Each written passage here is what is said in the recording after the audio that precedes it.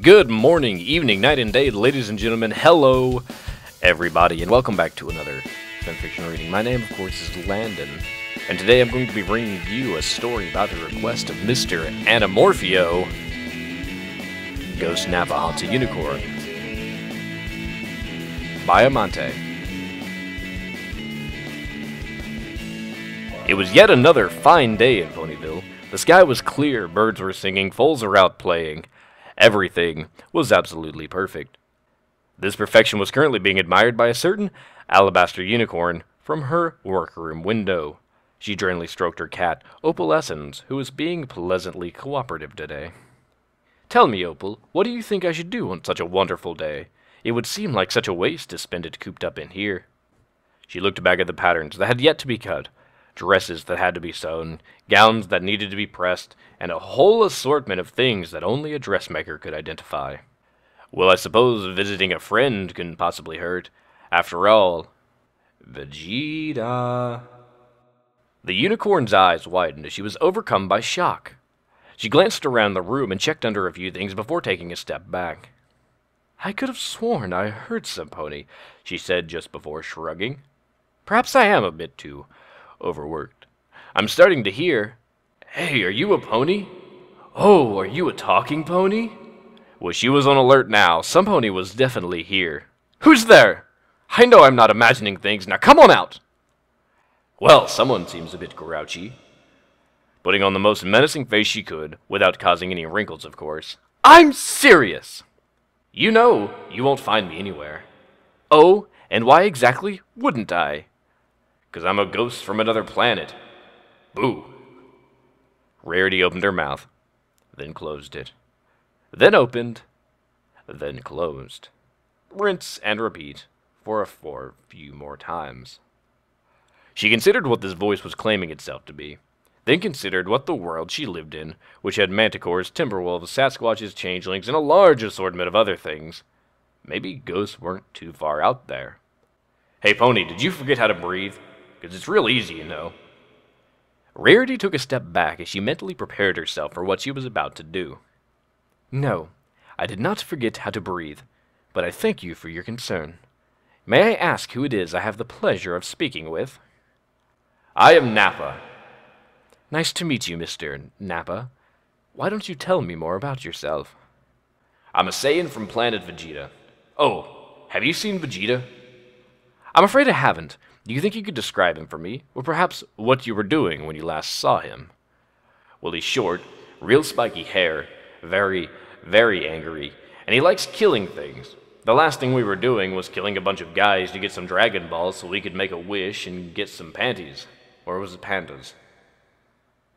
Rarity's eyes were wide and panicked now. She wasn't sure what to do at this point. Apparently, she had a murderous, probably perverted ghost stuck in her head. Either that, or she had an absolutely insane, probably perverted ghost stuck in her head. "Hey, Pony, why is there a lump on your head? Did you get it from hitting your head on a wall or something? 'Cause Vegeta has those too sometimes." This was no time to panic. She had to stay calm. After all, she had no idea what this thing could do.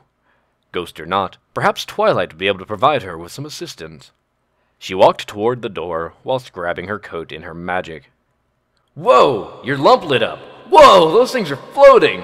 Are you doing that, Pony? Are you a magic pony?" Rarity huffed. "First of all, my name is Rarity, and that lump is a horn.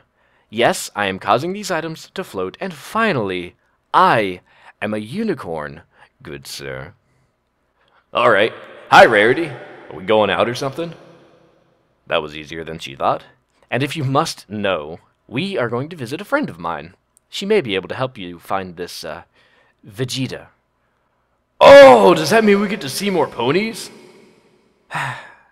"Yes. What kind of ghost is this?" The market was the fastest way to the library, but all things considered, it may not have been the safest. So she took the side streets and back roads to get to Golden Oaks. It should have been straightforward. Unfortunately, there had been one thing that was biting at her as she snuck around. "Are we there yet?" "No." "Are we there yet?" "No." "Are we there yet?" "No." Are we there yet? No. Are we there yet? No. Are we there yet? No. Are we there yet? No. Are we there yet? No. Are we there yet? I said no! Of course, as fate would have it, Junebug just so happened to be on the very same street as Rarity was on when she lost it. She looked at the haggard-looking dressmaker with concern. Are you okay, Rarity? She gave an awkward smile in return. I'm fine. Thank you, Junebug. I suppose I'm just a bit worn out. I've got quite an order on my hands. I see you're wearing the dress you ordered yesterday. Oh, yeah! Thanks again, by the way. I love what you did with the sequins. It's no problem, darling. Always happy to please a customer. And with that, they parted ways. As soon as Junebug left the immediate area, Nappa spoke up. Man, I hate awkward silences. Will you be quiet? Rarity's left eye twitched. Hey, if that pony was wearing clothes, does that mean that you've been naked this whole time? She really had no idea how to react this time. True, that was a point she had always wanted to address in regards to their social etiquette, but frankly, she had bigger problems on her plate right now. So instead, she decided to keep sneaking on to Twilight's. Hey, we're moving again. Are we going to Friend's place now? Rarity? Rarity? Rarity? Rarity? Rarity! Rarity felt like pulling her mane straight off of her head now, and considering who this was, that was saying something. It had taken a while, possibly longer. Rarity really couldn't tell anymore. Now with all the, "Are we there yet?" Yes! A thud and footsteps were heard from the library, and in no time at all the door was opened by a very excited young dragon. Hey, Rarity, he greeted. Everything okay out there? Yes, Spike. Everything is fine. Though, might I... Another Pokemon! Speak to Twilight, if you don't mind, of course. She struggled to maintain a calm, friendly demeanor. Unfortunately, her facade was betrayed with her twitching eye and mouth. Sure. She's in the basement. Go right ahead. Thank you, darling. Darn, I don't have any more Pokeballs. I used the last one on Earth.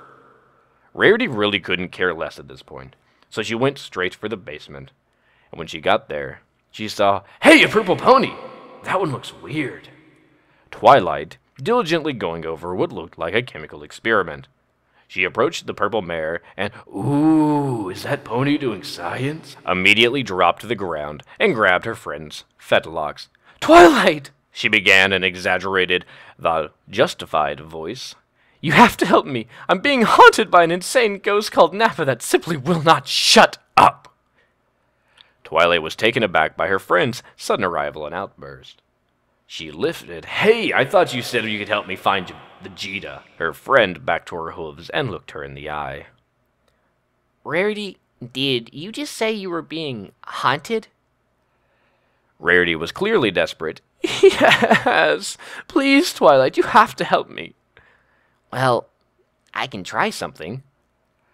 Twilight lit her horn, and a horizontal, hey, that pony's lump lights up too, beamed energy that promptly went over Rarity. Well, I'm not detecting any spirits, poltergeist, apparitions, or any of the like, said Twilight. I don't know what she's talking about. I'm right here. Rarity was on the verge of breaking now. Isn't there anything else you can do? Twilight considered. Well, I could try this. A flash of light consumed the room. Rarity opened her eyes and waited. Nothing. Silence.